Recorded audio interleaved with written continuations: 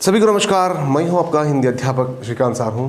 चलिए बच्चों, इस वीडियो में हम सीखने वाले हैं माँ मुझे आने दे। माँ मुझे आने दे एक कविता पाठ हम सीखने वाले हैं। इस कविता पाठ का जो कवयित्री है मृदुल जोशी जी। कौन है? मृदुल जोशी जी। इन्होंने बहुत सारे कविताएं, कहानी रचना किए हैं, तो उसमें से एक पाठ यहाँ पर दी गई है, माँ मुझे आने दे। इस पाठ के अंतर्गत कवित्री कहती है हमसे, एक छोटी सी लड़की, गर्भस्थ बेटी, छोटी सी लड़की यानी गर्भ में रहने वाली एक छोटी बेटी, माँ के गर्भ में से, माँ के कोख में से जो बाहर ना आई हुई एक छोटी सी लड़की अपनी माँ से, यानी गर्भ में से अपनी माँ से कह रही है, तुम डरो मत माँ, मुझे बाहर आने दे, मैं सब कुछ ठीक करूँगा। यानी माँ को जो कष्ट मिल रहे हैं उन कष्टों को दूर करने के लिए मैं प्रयास करूँगा, ऐसा भरोसा देते हुए वो अपने माँ से कह रही हैं, मुझे मत मारो। क्योंकि लोग ये सोच रहे हैं कि अगर बेटी पैदा हुआ तो कर्ज हो जाएगा। ऐसे कई कुविचार, अपने अच्छे विचार ना रखते हुए वे लोग भ्रूण हत्या कर रहे हैं, यानी माँ की पेट में ही लड़कियों को मार रहे हैं। तो इस कारण वो माँ को कह रही है, तुम डरो मत माँ, मैं तुम्हारा कष्टों को दूर करूँगी और मुझे इस दुनिया में ले आने के लिए आप प्रयास कीजिए, ऐसा वो कह रही है अपने माँ से। तो यहाँ पर मृदुल जोशी जी आजकल समाज में जो अत्याचार हो रहे हैं गर्भस्थ बेटियों के साथ, तो उनके बारे में बताने के लिए उन्होंने एक छोटी सी कविता का उपयोग करते हुए अपने मन की भावनाओं को वो प्रकट की है।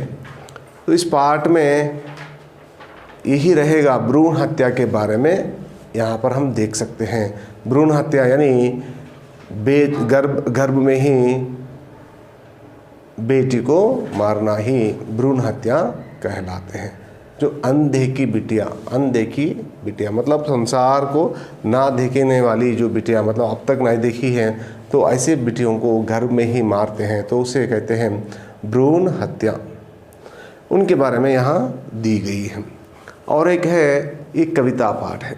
कविता पाठ आपको पता है पद्य या गेय रूप में कविता पाठ रहता है। इसके अंदर छंद होते हैं, अलंकार होते हैं, मगर ये जो कविता पाठ है छंद मुक्त कविता है।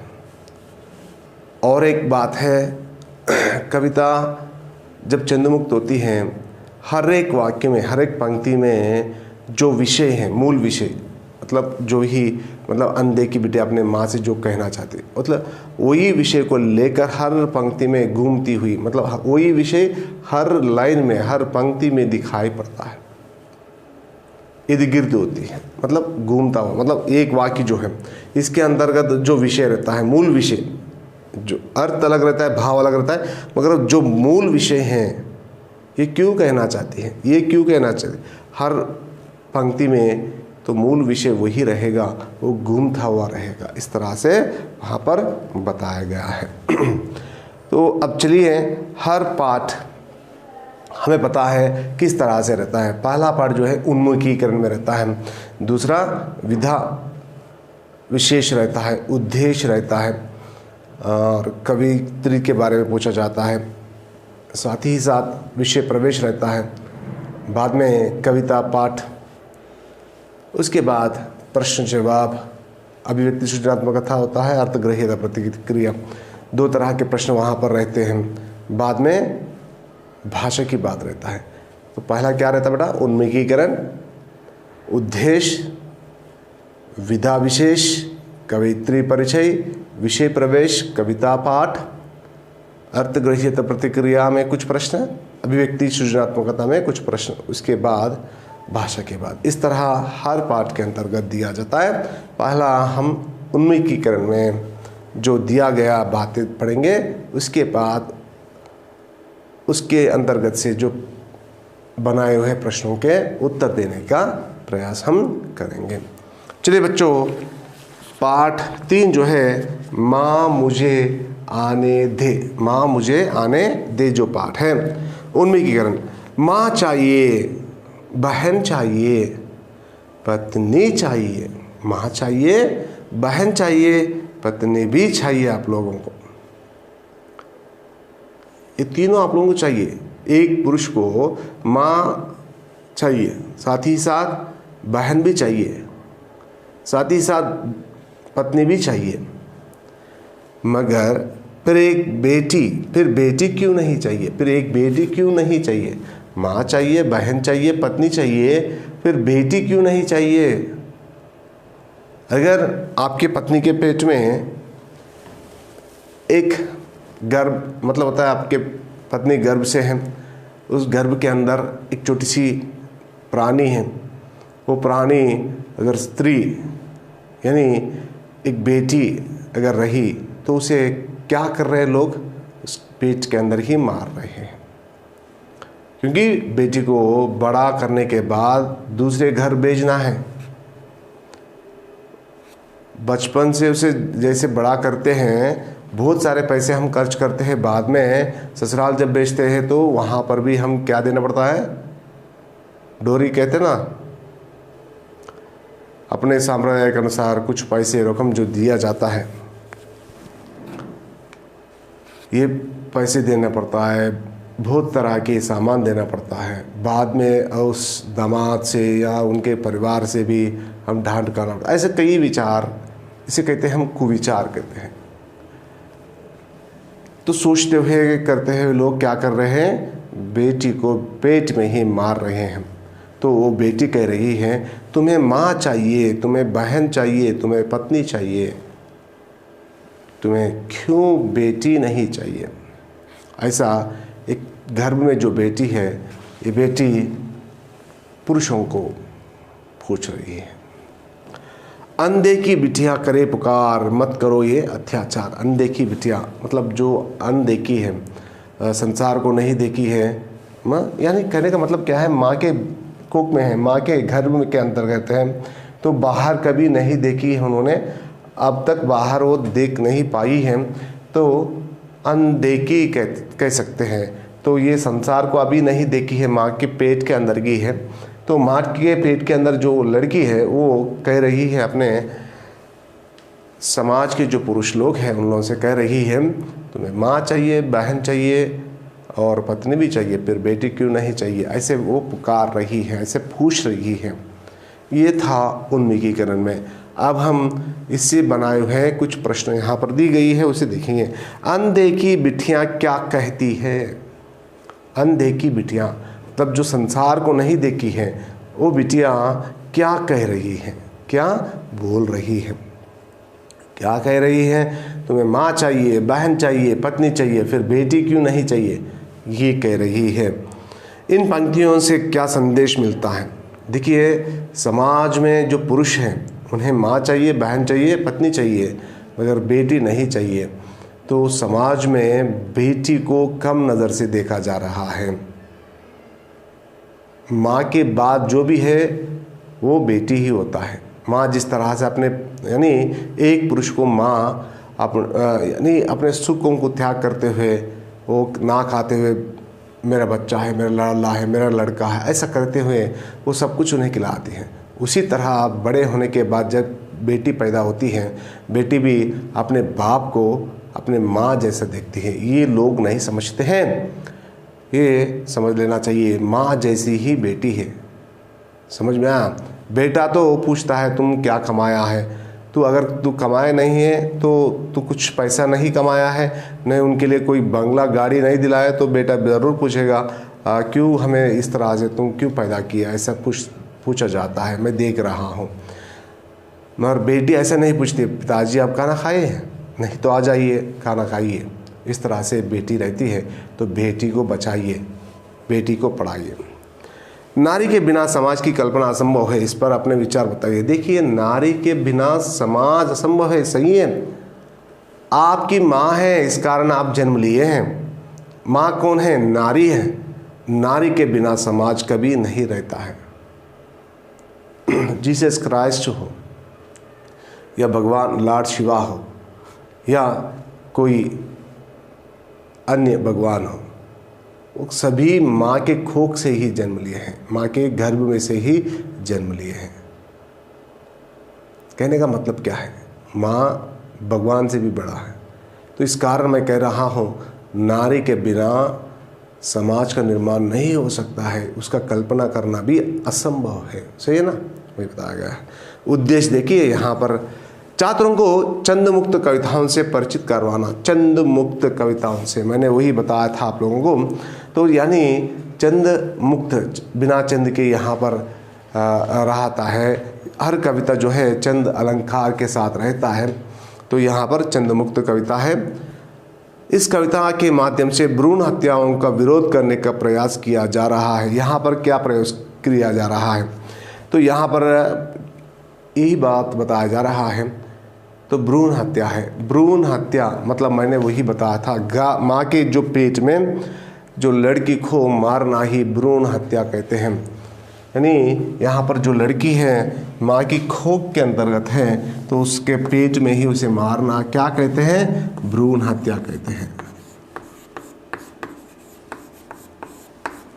क्या कहते हैं बेटा, भ्रूण हत्या कहते हैं।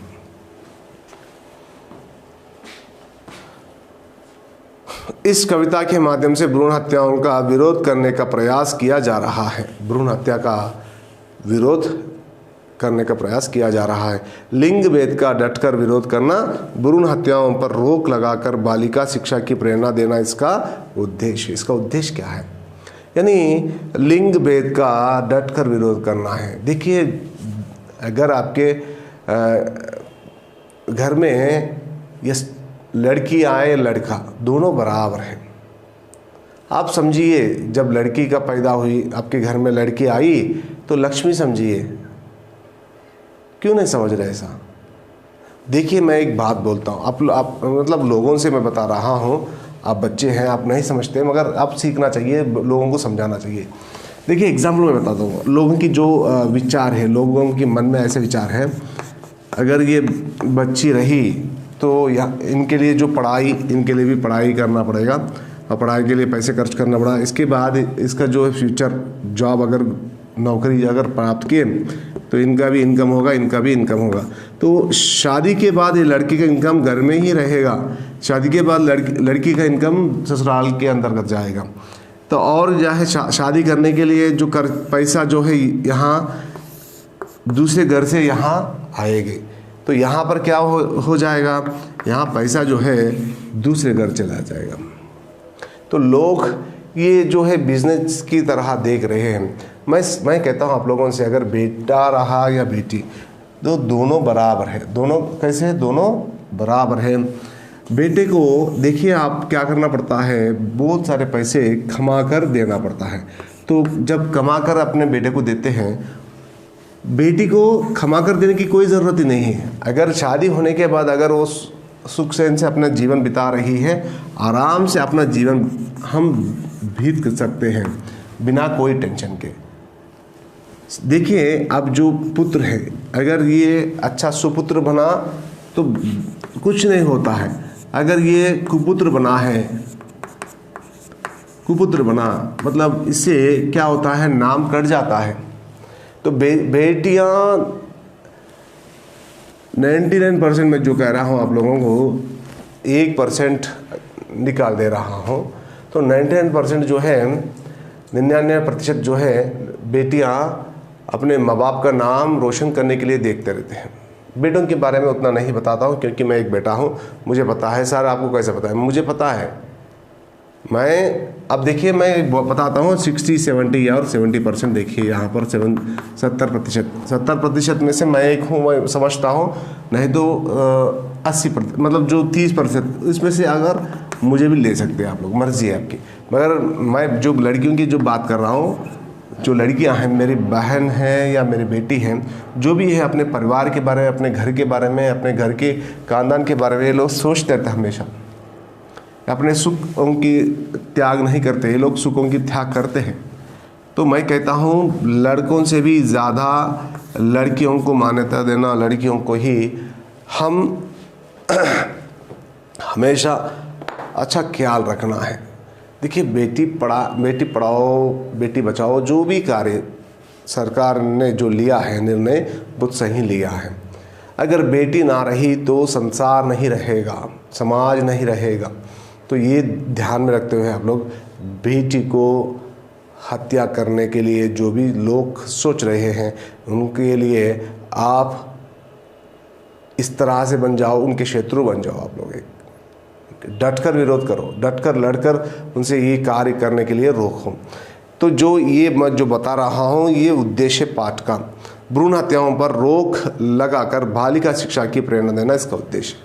मतलब जो लोगों की जो विचार है बदले अपनी सोच, जो पाठ हम पढ़ चुके थे 9वीं कक्षा के अंतर्गत, ये भी उनके मन में ऐसे कुविचार जो है, उन विचारों को हम निकाल देना और सुविचार अपने उनके मन में हमेशा भरते रहना और बता देना चाहिए कि बेटी अगर आपके घर में जन्म लिया है तो आप खुशियाँ मना लीजिए, क्योंकि बेटे से भी जो बेटी है वो आपका ख्याल रखेगी, आपका देखभाल करेगी। इस तरह से आप समझाइए और उसे रोक लगा दीजिए जो भ्रूण हत्याओं का। और बेटी की जो पढ़ाई हो उसके बारे में भी उन्हें बता देना चाहिए। बेटी को सही शिक्षा देना हमारे लिए ज़रूरी है। इस पाठ का मुख्य उद्देश्य वही है। विधा विशेष एक छंद मुक्त कविता है, मैंने अभी जो बताया था।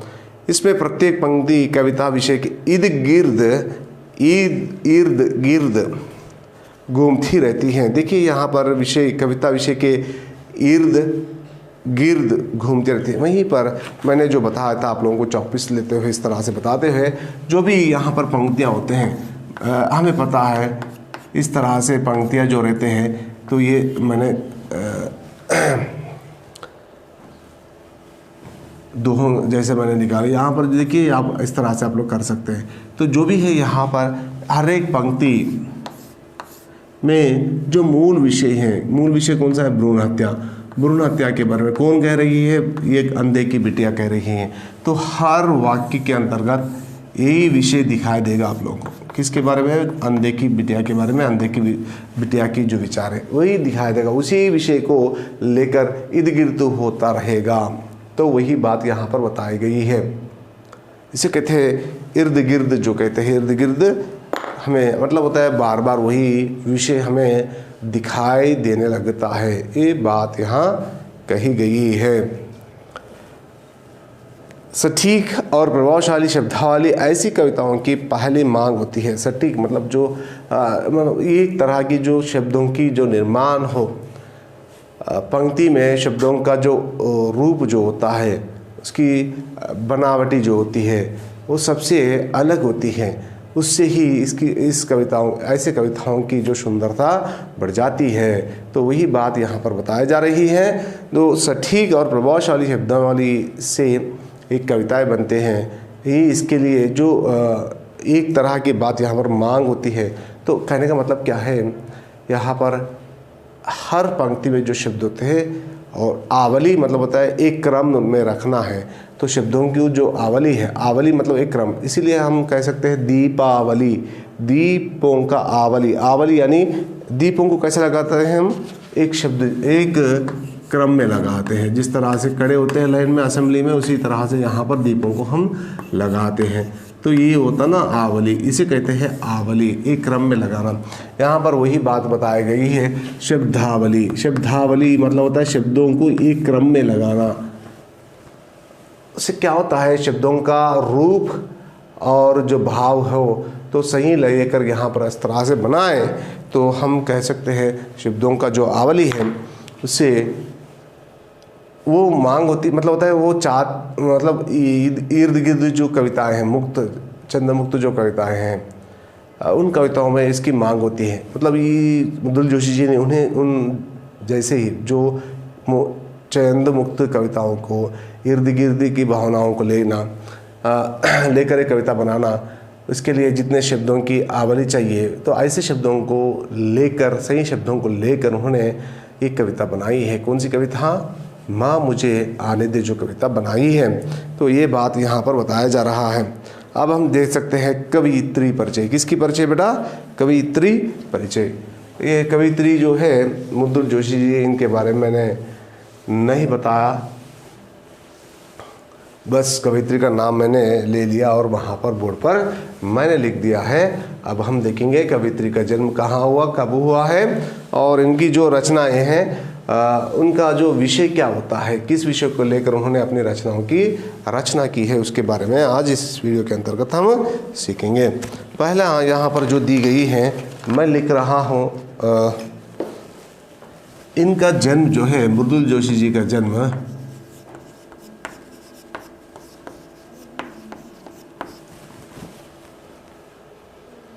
1960 में हुआ।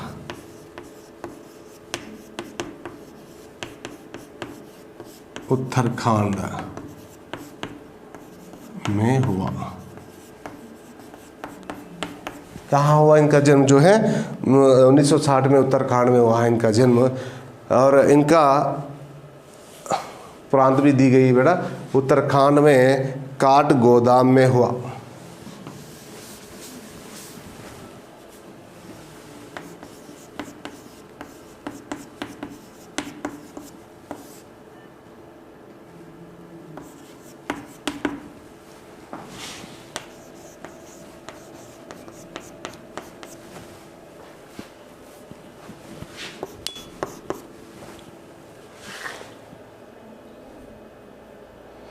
इनकी रचनाओं का मुख्य विषय क्या है? नारी चेतना है। इनकी रचनाओं का मुख्य विषय क्या है? नारी चेतना। मतलब क्या है? नारियों को चेतना देना, उन्हें समझाना कि तुम किसी से कम नहीं हैं, यानी तुम पुरुषों से कम नहीं हैं, तुम समान हैं। जिस तरह से पुरुष हर सीमाओं में, हर स्थानों में जिस तरह से वो लोग ले जा रहे हैं, काम कर रहे हैं हर प्रांत में, तो हर क्षेत्र में जिस तरह से वो लोग काम कर रहे हैं, तुम भी वहाँ काम कर सकते हो। इस तरह से उन लोगों को प्रेरणा देना, किन लोगों को? नारियों को प्रेरणा देना इनका मुख्य उद्देश्य है। उन वही विषय को लेकर उन्होंने बहुत सारी रचना उन्होंने किया है। तो नारी चेतना या सम समाज का निर्माण, वह सम समाज मतलब होता है समाज में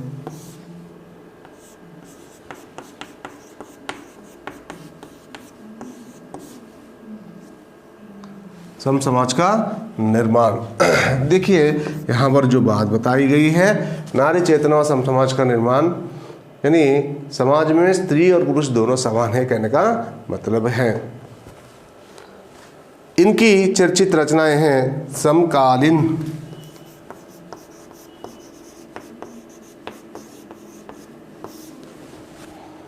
हिंदी काव्य में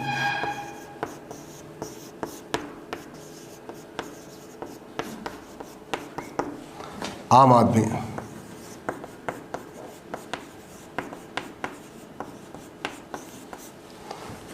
समकालीन हिंदी काव्य में आम आदमी, इस तरह इनकी रचनाएं यहाँ पर दी गई हैं।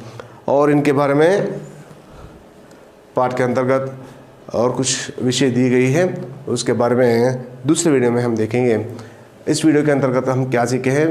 भ्रूण हत्याएं करना महापाप है। कहने का मतलब गर्भ में ही बेटी को मारना नहीं चाहिए। अगर कोई भी मारना चाहते हैं, उन्हें डटकर विरोध करना चाहिए। वहाँ उन लोगों के बारे में पुलिस को या पुलिस थाने में जाकर हम कंप्लेंट कर सकते हैं, और भ्रूण हत्या को रोकना हमारा कर्तव्य है।